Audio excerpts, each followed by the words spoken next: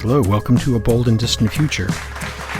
This is part 2 of our new series relating to what we're calling the Bright Endarkenment. And we're going to look into the origins of the Dark Enlightenment, which is happening, and this is part 2, phase 1. Is that what we're calling this, Scooter? That's what I'm calling it. Okay. I don't know what you guys are going to call it. Welcome. I'm glad you're here, and I'm eager to find out more. Well, you may be less excited once we're done. So I decided to start with this. This is a quote from Max Stirner. Max Stirner, as everybody knows, is one of the primary architects of a philosophy called egoism, which I think gets summed up really nicely with this one quote. If it's right for me, can somebody read this for me? If it's right for me, it is right. It is possible that it is wrong for others. Let them take care of themselves. Yep. So there's a group of writers and even artists that kind of fall behind this. The one person I can think of right off the top of my head is H.L. Mencken, who took this as kind of the basis for his politics, amongst other things, and certainly his attitude towards religion. Okay, I was kind of hoping this slide would change. There we go. So this is what we're talking about today. Stream 2, which is going to include the Austrian school, objectivism, and we will get to anarcho-capitalism in part 2. So this is part 1. We're going to get to part 2. Okay. So just so I know, in terms of how I'm presenting this, we all know what the Austrian school is, right? No, I don't. Okay. I'm we out. all know what objectivism is, right? Well, That's Ayn Rand's. But Yep. not enough. Okay. And I assume we may or may not know about anarcho-capitalism. No. Thumbnail sketches would be well received. Very good. Let's start with the Austrian school. And And in order to start about the Austrian school, we got to start with Ludwig von Mises. Ludwig von Mises was Austrian, hence the name. I don't really know much about his history. I do believe he fled the Nazis. He ended up in the United States. He taught at New York University, among other places. So he is primarily an economist. And his thinking forms the basis for much of the sort of capitalism is the pretty much the end of history thinking that stretches from monetarism and over into anarcho-capitalism. So he sees capitalism as an entrenchment against totalitarianism. To wit, this quote: every step which leads from capitalism towards planning is necessarily a step nearer to absolutism and dictatorship. So he proposes a fully laissez-faire capitalist system and seems okay with that laissez-faire capitalist system morphing into monopoly capitalism. Y'all with me so far? Yeah. And he is kind of the premier figure in a type of libertarianism.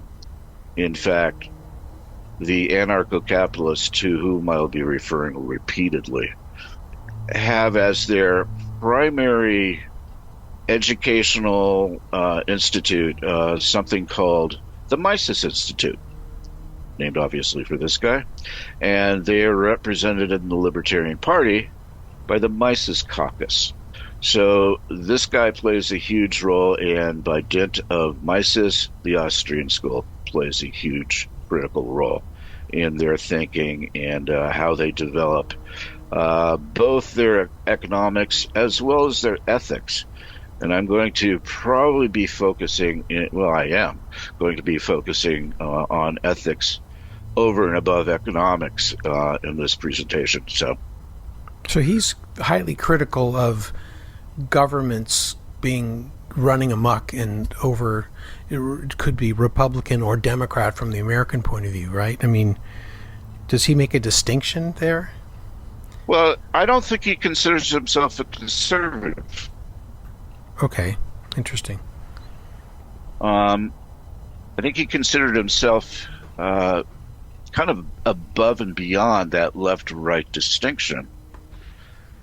He sees capitalism, like I said, as a force for freedom. It's just that he defines freedom a little differently than most of us might. Mm-hmm. So, and I'll try to develop that thesis a little bit as best I can. The whole sort of this kind of right-wing thinking and its definition of freedom, and it will become clear as we move into objectivism. Especially, when we link it back to the Max Stirner quote, which is that if it's right for me and feels right, then there is no consequence thereafter. There is no need to be responsible for anything beyond what you created, what you generated, what you've kept, what you've monopolized, right? Mm-hmm. So it's really powerful in that regard, because it's a view of the world that says I have no responsibility for that which I bring forth into the world. That's incredibly dangerous. And then the other fallacy, or the incredible irony I saw in that quotation from Mises, is capitalism is filled with planning.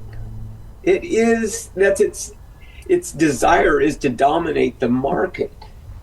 So I don't know how a person can go ahead and say it's okay for this part of the human collective experience to plan and to scheme and to try to control, and yet if others do that, or if it's done by some other entity outside of capitalism, it's flawed. So really interesting. Well, I think von Mises might respond by suggesting that there is an inherent system to laissez-faire capitalism. It's just that it's organic. Yeah. In other words, it arises from the market. Right. So you have this concept of the invisible hand of the market, right? Yeah. Which is a huge fallacy. It doesn't all concern itself with the social consequences of it.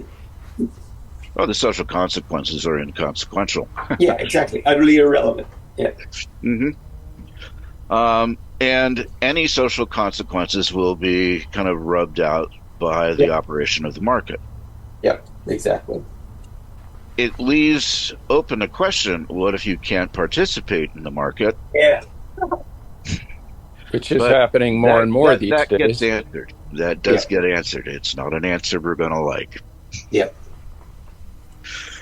So, universalism and collectivism are by necessity systems of theocratic government. Somebody else read this. The common characteristic of all their varieties is that they postulate the existence of a superhuman entity which the individuals are bound to obey.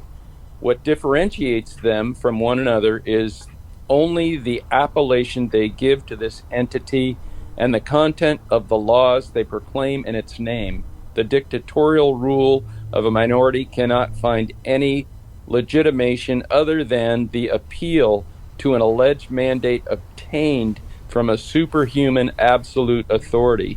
It does not matter whether the autocrat bases his claims on divine rights of anointed kings or on the historical mission of the vanguard of the proletariat, or whether the supreme being is called Geist, parentheses, Hegel, or humanite, parentheses, Auguste Comte. The terms society and state, as they are used by the contemporary advocates of socialism, planning, and social control of all activities of individuals signify a deity. The priest of this new creed ascribed their idol all those attributes which the theologians ascribe to God: omnipotence, omniscience, infinite goodness, and so on. Damn. So needless to say, Mises and the objectivists, definitely, and the libertarians, until fairly recently, were all atheists. They believe primarily in reason, which they think is pretty much common sense. Once you accept the idea that reason is the primary virtue of man, then everything else falls into place. So these appeals to morality are seen as a means of legitimizing weakness. Mm-hmm. Hence, certain individuals' acclamation that empathy is evil. Mm-hmm. Bingo. Yeah. It's interesting to consider what these folks are saying, considering how fascism initially based its whole premise on what was happening in the American South back in the day. Yeah. Uh-huh. Oh, these guys love the American South. We'll get to that. So that's so the other person is Hayek. I included a picture of Hayek there. Selby. I didn't know she was involved, but okay. So F.A. Hayek is probably a classical liberal in a very real sense. Now, do we need to? Should we talk for a moment about classic liberalism? Yes, please. Okay. Barry Goldwater described himself not as a conservative. Well, he did, actually. He wrote The Conscience of a Conservative. But he said in The Conscience of a Conservative that, in fact, I am a classic liberal. So what is a classic liberal? Classic liberal is someone who believes strongly along these lines. The freedom of the markets is essential to a civilization. That distinguishes them from current liberalism, which treads the line of social democracy. Doesn't quite get there, but it kind of veers in that direction. So modern liberalism is seen by classic liberalisms as kind of a heretical sect. If you go to Europe and you say you're a liberal, you would be called a conservative here. You'd probably be called a business conservative. Does that make sense? Mm-hmm. Okay. So classic liberalism really arises in part out of the French Revolution. The leftists, or what they were referred to as leftists at the time, were in fact primarily very close to business conservatives, but that was considered to be, subversive and radical at the time. You're moving from a feudalist state to an autocratic state to now a state that's essentially run by the bourgeoisie. And by dint of that, the French Revolution was basically a bourgeois revolution. It didn't change character until we got to like the Commune in Paris. But before that, it was seen as, breaking free from the constraints of the autocracy of King Louis. And the aristocracy and the church, among others, saw this as a threat. They saw it very much as undermining the legitimate authority, of the great chain of being, the divine right of kings, and the role of the church in maintaining systemic morality. Does that all make sense?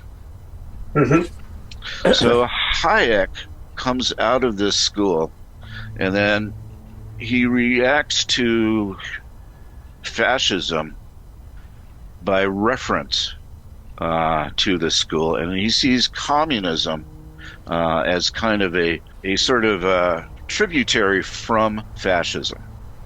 And he wrote a book called The Road to Serfdom, which was reprinted in cartoons by General Motors sometime in the early 50s. Ooh, Really? I'd like a copy of that. And I reproduced the cartoons. Oh, that's great. This, I believe, is in public domain, so I think we're safe. Oh, yeah. But I don't want to spend a lot of time on these. But I'll leave this up so people who want to read this can go ahead and do so. But the whole idea is that you have in the post-war world the aftermath of war planning and the fact that it seemed to work to a great degree to the benefit of the larger population. There was a push to maintain as much of that planning as possible. And so in England, for example, they got a Labour government that pushed universal health care. We didn't have that here, in part because General Motors produced this pamphlet. Mm-hmm. And this became pretty ubiquitous. This became kind of the basis for a lot of political thought on the part of, again, the bourgeoisie. So the whole idea is once you start planning, you end up with consequences of competitive plans, an inability to come to any sort of consensus as to what that planning ought to be, which necessitates a strong man, the repression and suppression of alternate plans and alternate parties and alternate politics, and ultimately you end up down here where your disciplining is planned by firing squad. Gee. It goes through a few stages before then, but that's basically what is happening. I really like number 16. Your thinking is planned, and what's being communicated is that the world is flat. It's like we'd never have that happen now. Right. It's like obvious lies from the state. So are they saying the planners are the leftists? Are those the planners? They're the socialists? saying that planners either of the left or the right Well, it can come from either side. Yeah. are necessarily leading in the direction of a totalitarian state. Yeah. Gotcha. Or So theocratic totalitarianism. That same idea that a single entity has to rise to manage all of the disparate parts of this competing planning. right. Now, this is an era when regulations were being enacted to a much greater degree than they had previously. And obviously, there had been regulation of business before, but they're now beginning to take off, and they're beginning to take off in part because of organized labor. You see why General Motors might want to produce this. Yeah.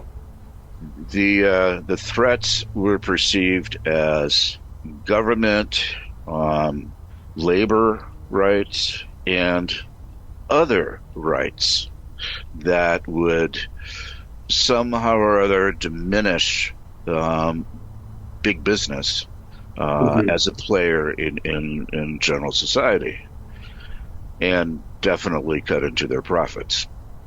So by disciplining big business, it follows that you could be shot by a firing squad. Mm-hmm. So it's personal. So that was Hayek. Wow. Now, Yeah, switching those are gears radically. Getting right to it. Right. Oh.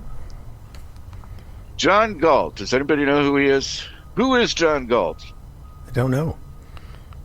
Obviously, you've never read Atlas Shrugged. That's the first line in Atlas Shrugged. Okay. Who is John Galt? That's right. I haven't read that. Yeah, I have neither read have that. I, to be honest. I have read it, and the name was familiar, but it was too far down in the computer files to be found. Yeah. So I got to ask, what did you think of it? Ayn Rand? Well, what did you think of Atlas Shrugged, the book? Oh, yeah. It's an interesting book, but is it true that the highest craftsmen in the world, the highest people in all things are going to pull off and do what they're going to do? Unlikely. It's that would be based on a myth that we're not interconnected. Mm-hmm.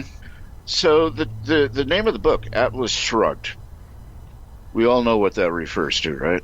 Well, Atlas is the Greek character who's holding the weight of the world on his shoulders, right? Right. So he shrugs, and what happens? The world slips off. It says sort of But like in the book, the people that are holding the world on their shoulders are all the best of the best. Like our Elon Musks, for instance. our enlightened billionaires. Yeah, in this case, a few years on this, they're the industrialists. Yeah. And they're the ones who are holding everything together, and they face a government which is moving towards socialism. Am I getting this right? Pretty close. And by dint of the fact that the society is moving to the left, they go on strike. Well, they try to establish a perfect little colony somewhere hidden in the mountains, God knows where, and That's right. there's that whole scene where the plane flies in and it's really hard to follow them and blah, blah, blah. You remember the drill. Mm-hmm. So John Galt is kind of like this philosopher that extols what is essentially objectivism. And I can read this. It's not obscured. My morality, the morality of reason, is contained in a single axiom. Existence exists, and in a single choice to live. The rest proceeds from these. To live, man must hold three things as supreme and ruling values of his life: reason, purpose, and self-esteem. Reason as his only tool of knowledge, purpose as his choice of the happiness which that tool must proceed to achieve. Self-esteem as his inviolate certainty that his mind is competent to think and his person is worthy of happiness, which means is worthy of living. These three values imply and require all of man's virtues, and all of his virtues pertain to the relationship of existence and consciousness, rationality, independence, integrity, honesty, justice, productiveness, pride. So, in my view, this paragraph is a summation of objectivism, which is what we're about to move into.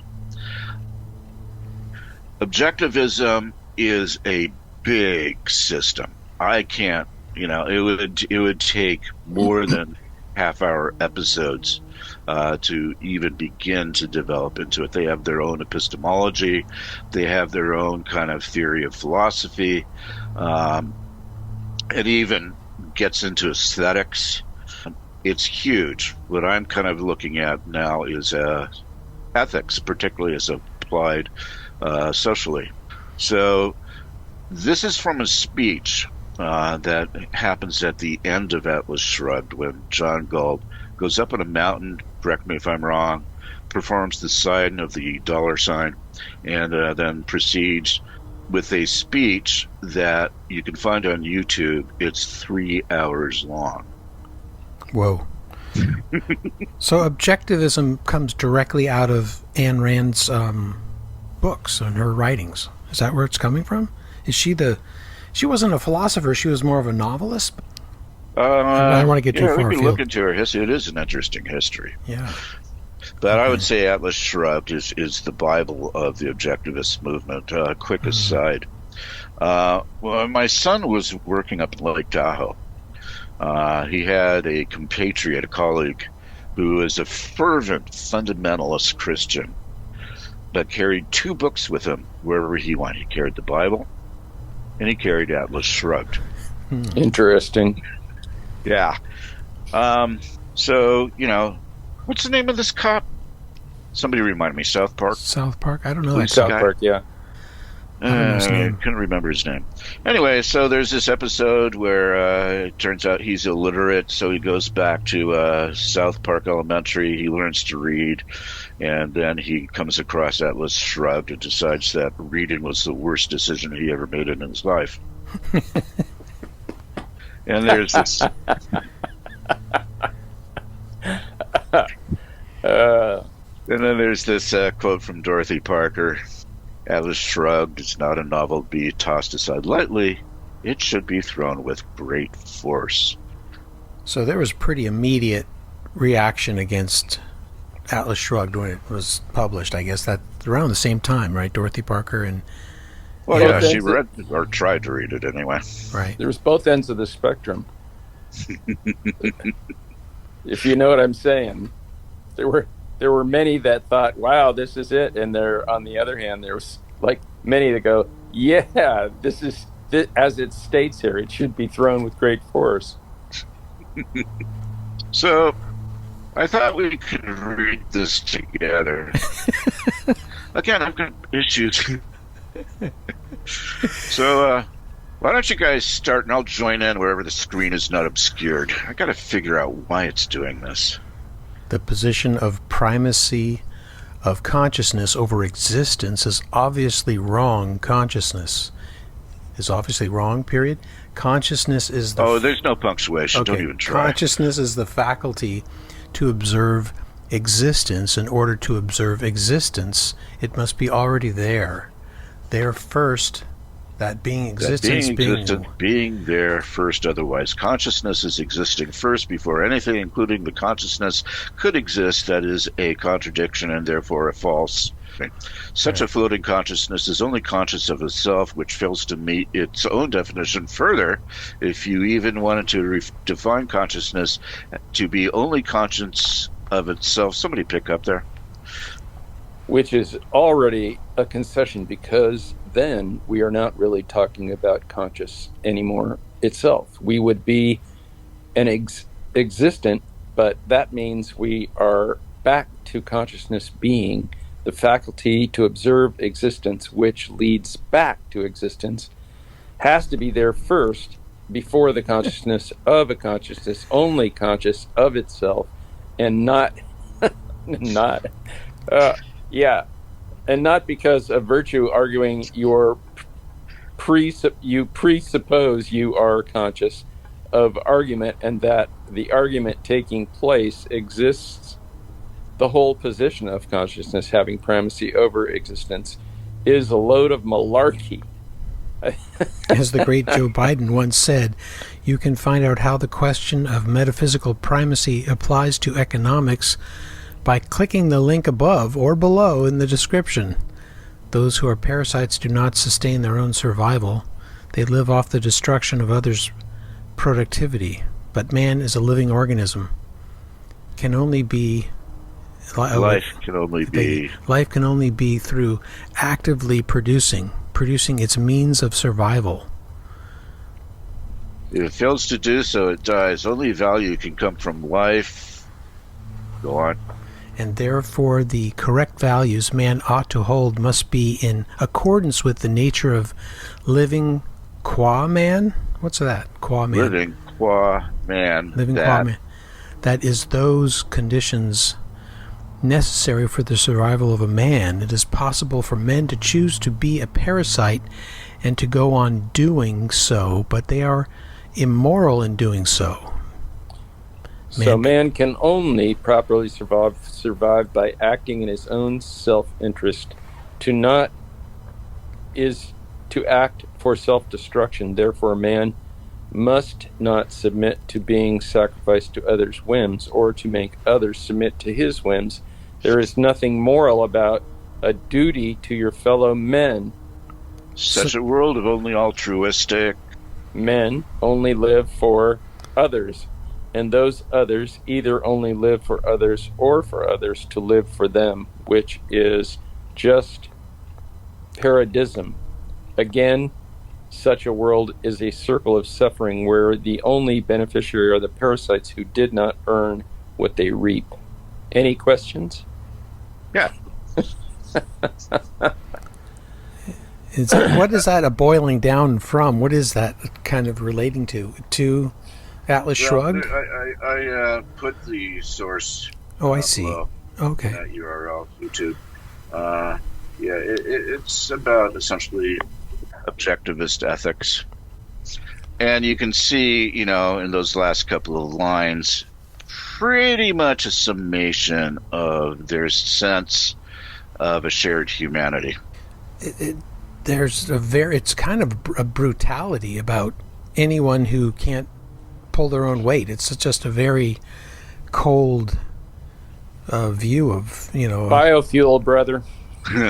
Yeah. Yeah, it's self-centered sort of. I'm in it for myself. It's a survival of the fittest kind of economic vision, isn't it? Yeah, it's very social Darwinist. Right. My grandfather was really into Ayn Rand. Interesting. And this harkens back to the Old Testament as well. There are people who are chosen, and then there are not, right? And so we have, a bipartite world that exists, and this is just another rationalization of that same, fundamental observation.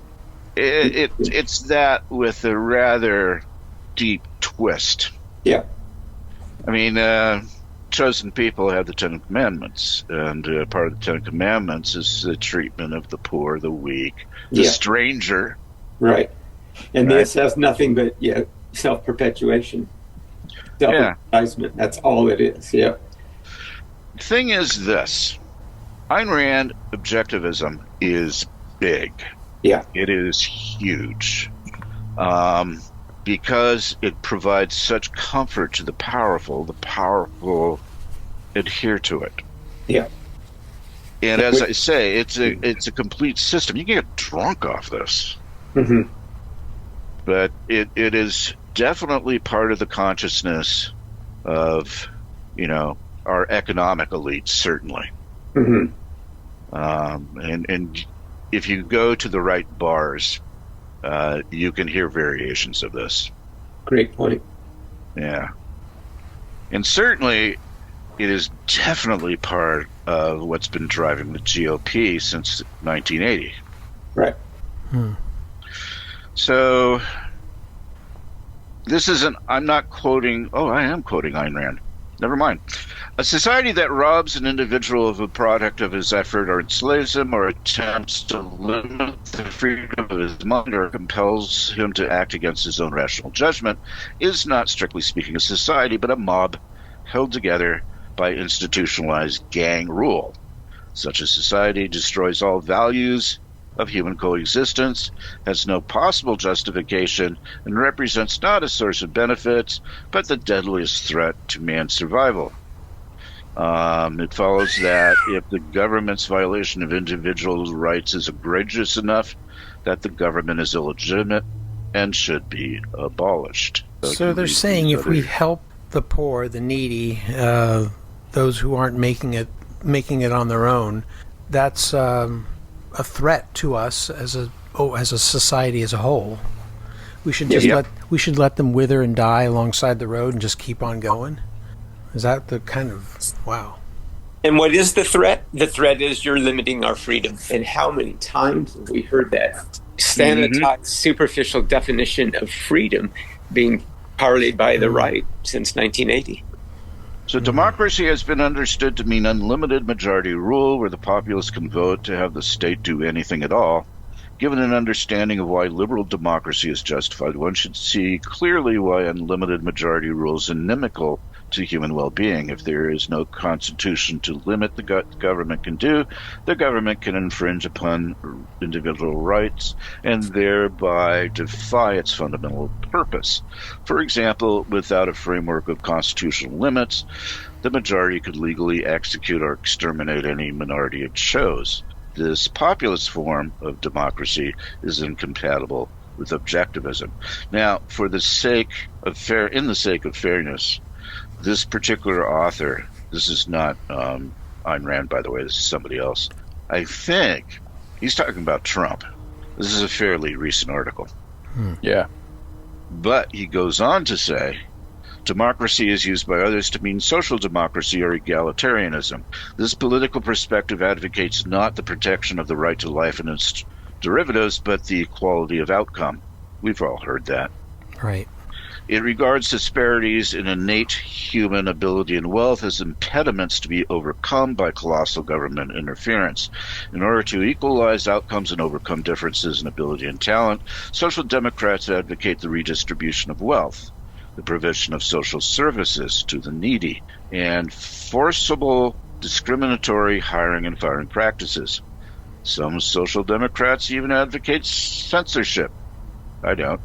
Because it advocates the blatant violation of the most fundamental individual rights. Social democracy is totally incompatible with objectivism. So this again, this is part of a philosophy that provides comfort to the financial economic elite, and they love this language. Yeah. We, my friends, insofar as we sport any of this stuff, are by definition parasites. So the advocation of redistribution of wealth, the provision of social services, the hiring and firing practices that they're calling forcible and discriminatory, places us all at the same level of, what's a good parasite? What vermin or whatever. Mistletoe. Mistletoe's a parasite? You bet. Okay, well, it puts us at the same level as mistletoe. I always thought that mistletoe is fairly benign. You kiss underneath it. You do. That's when you get little sprigs at Christmas. But if you see it on trees, it basically lives off the tree and eventually can kill it. Huh. Yeah, good for the mistletoe. All right. So, a few more quotes. The fundamental principle of capitalism is the separation of state and economics. That is the liberation of men's economic activities of production and trade from any form of intervention, coercion, compulsion, regulation, or control by the government. This is the essence of capitalism, which is implicit in its theory and the operation of a free market. Is laissez-faire and free market are the same thing? Essentially, I would say that laissez-faire capitalism is an early stage of capitalism. I don't know, I have to go back and read Marx on this. So, no regulations, no oversight, whatever they can do to generate wealth, I guess, is what they want, huh? Yeah, remember Pharma Bro? No, what's that? Pharma Bro, I don't remember his real name, but it was referred to as Pharma Bro, is the guy that... oh, yeah. He jacked up the price of insulin to an insane level. Oh, yes. Yeah. I do remember that. Yeah. And he owned some Wu-Tang Clan album that was worth millions of dollars or something. What is it, something like that? Yeah, that sounds right. He's, I believe, currently still in jail. I don't remember why. But, yeah, he would be the perfect... poster child? Poster child, thank you. He'd be the perfect poster child of this.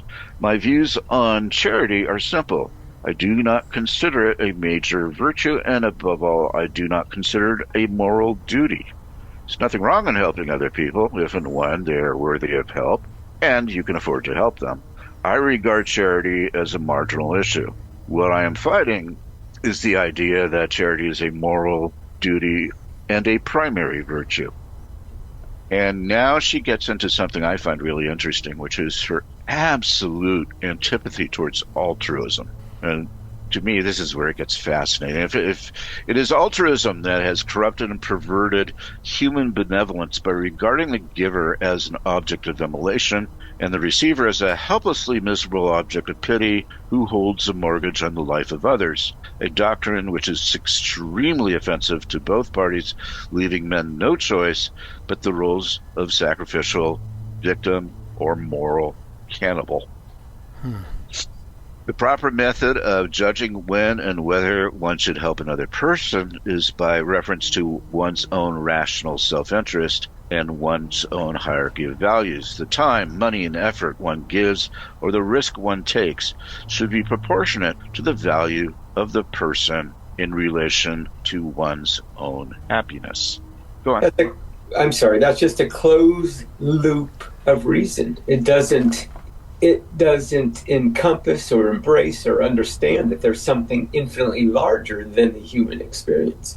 Geez, we live on a planet that we are one part of this entity, not the ruling authority over it. So this is just pure extraction that's encouraged and allowed.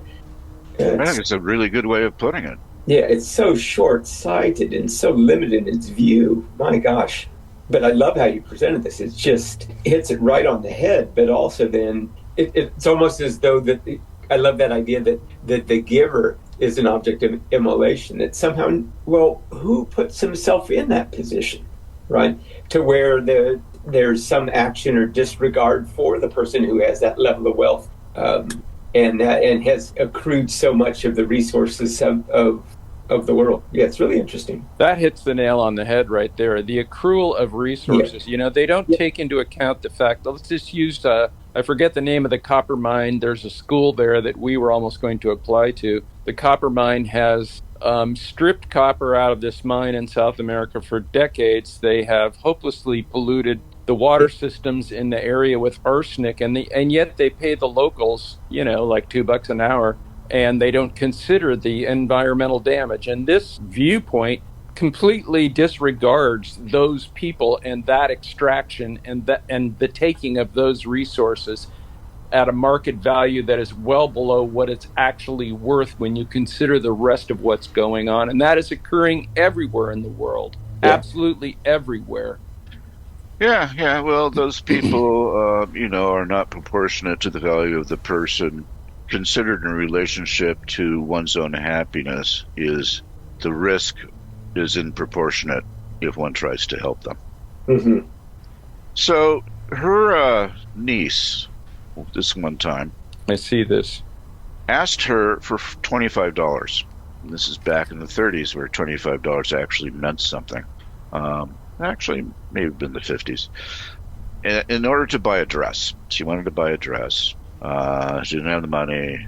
She has this rich old aunt, and she wrote a letter saying, "Hey, can I bump $25 off you?" And Ayn Rand wrote back, "Yes. Here are the provisions by which I will provide you with $25. You will pay it back over a period of 6 months, and you will consider this debt your primary obligation that outweighs everything else, including housing and food." Wow. And then she ends, "If you think I am a hard, cruel, rich old woman and you don't approve of my ideas, well, you don't have to approve, but then you must not ask me for help." So, yeah, she's taking on the role of a banker, which is interesting. And in a sense, I kind of see her point. But in another sense, she's being an asshole. Wow. Oh, she goes deep. She basically says that if you were to agree and then not pay me back, then I would consider you to be one of the rottenest people I know, and cut off all connection with you. And she makes some nasty comments about her mother, but that's a whole other thing. So where does this all lead? We basically have this, by the way, if you're at all interested, is a link to her book on objectivist ethics. But it really comes down to this. This is a cartoon by Winsor McCay. Okay, wow. And these are the big, powerful boys, amongst whom is General Motors, to whom we referred earlier. Remember they produced the Road to Serfdom? Right. I'm presenting this in the context of the Dark Enlightenment as a foundational philosophic framework that much of what we get into later comes out of this. And oddly enough, when I get to the point of talking about Satanism, this is going to play a role. By the way, I'm planning on talking about Satanism. Interesting. I didn't know Winsor McCay was so political in his artwork. I just saw another, kind of war crime cartoon of his where bodies are being sold over a counter to the image of death. I didn't know I just remember him from Nemo. Was it The Adventures of Nemo? But I never knew he was so political in his artwork. Nemo's Dreamland or something? Yeah. They were beautiful. Yeah, Those are such beautiful artist. cartoons. Beautiful This is stuff. amazing. But apparently, he did a bunch of editorial cartoons. So where does this all lead? Well, it leads us to Ragnar Redbeard, who I'm sure we're all familiar with. I've never heard of him either. This guy wrote this book called Might is Right, and it was like at the end of the 19th century or the beginning of the 20th, I don't really know. But he precedes Ayn Rand, but kind of says the same thing, albeit in somewhat more coarse language, I guess. And his basic thesis, you can see at the left, equality only exists between equals. Civilization implies division of labor. Division of labor implies subordination. And subordination implies injustice and inequality. Which is to say, it's a necessary byproduct. This fits nicely with objectivist ethics, I think. And behind all of that is this guy. I know Nietzsche. you guys know who this is. Nietzsche. Yeah. Now, I felt a little weird about putting Nietzsche here. I think it's kind of unfair to Nietzsche. To be honest with you, I took one course. I've read maybe 3 books. I can't say even after all that I fully get him. But this is definitely Nietzschean. The sick are the greatest danger for the healthy. It is not from the strongest that harm comes to the strong, but from the weakest, which I thought would be a good way to wrap this up. Thus ends my presentation. Wow. In future episodes of this series, we need maybe some questions brought back that I would formulate a few questions or just discussion topics that we could bring back. But this is amazing. Okay, glad you liked it. Yeah. The next one, I'm going to do a deep dive or a deeper dive into anarcho-capitalism, a.k.a. libertarianism. Excellent. Yes, wonderful work. Thank you. All right. Thank you, Scooter, for bringing this, and thank you for anyone listening out there, bold and distant future. Like and subscribe. I just heard the cat cry. Yeah, that's my cat. Nietzsche was way ahead of his time in so many ways, but also was casting a nice light into our future, into the future, and this becomes the perfect campaign for vaccination, right? Actually, it does. Yeah. The weak are the greatest enemy, and so therefore we must inoculate.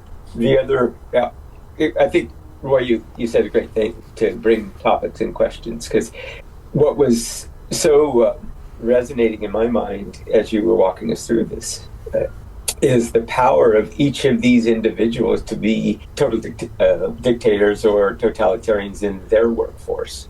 And there's no question about that. Again, that's why it's a closed loop of thinking. It doesn't even allow for anything but their view of the world. And they can't see themselves, one, as part of a larger web of life, the planet itself, and, or secondly, they can't see themselves as totalitarians in their workplace, in their industry. Fascinating. So who's the head of the Fed? Greenspan. Mm-hmm. Was part of Ayn Rand's circle. Yeah. That's really scary. Yeah. So you got to figure there's more than just Greenspan out there. One quick mention of Ayn Rand and her own personal totalitarianism. She actually had this in her group. She had this sort of exoteric, following the objectivists, but she also had an inner group that would meet like all the time. Mm-hmm. That was, interestingly enough, called the Collective. The Collective. Yeah, and it was a cult. Total personality cult. It got to the point where she was dictating who could marry who. Yeah. Oh. The parallels are just amazing. And here, all this is based in our highest good reason, and yet can't see its own shortcomings. Well, I think even if it could see its own shortcoming, it would be explained away. For example, Ayn Rand ended her life on Social Security and Medicare. Wow. And she explained it away by saying, well, this is money that was stolen from me. I'm just getting it back. Are you sure that wasn't an entitlement? Right. Has there been a good biopic? If there hasn't been, there really should be one. But I don't know how. It would probably just be too sensational and focusing on all of her quirks and her cultish behavior. Maybe the Melania documentary was the first step toward that, right? Well, they did a film treatment of Atlas Shrugged. Yeah. But it did very well. I haven't seen that one. I remember I was talking to some people about the movie, and somebody said, well, I wonder who they should get to do that 3-hour John Galt speech at the end of the book. And I suggested Gilbert Gottfried. Yeah. Yeah, it'd be hard to get through all 3 hours. Yeah. Whoa. Well, now with AI, maybe you can just dial that up and say, make a movie of... Not a bad idea. Sounds like a good project. Yeah. All right, guys. Thank you so much. I'm going to wrap it up.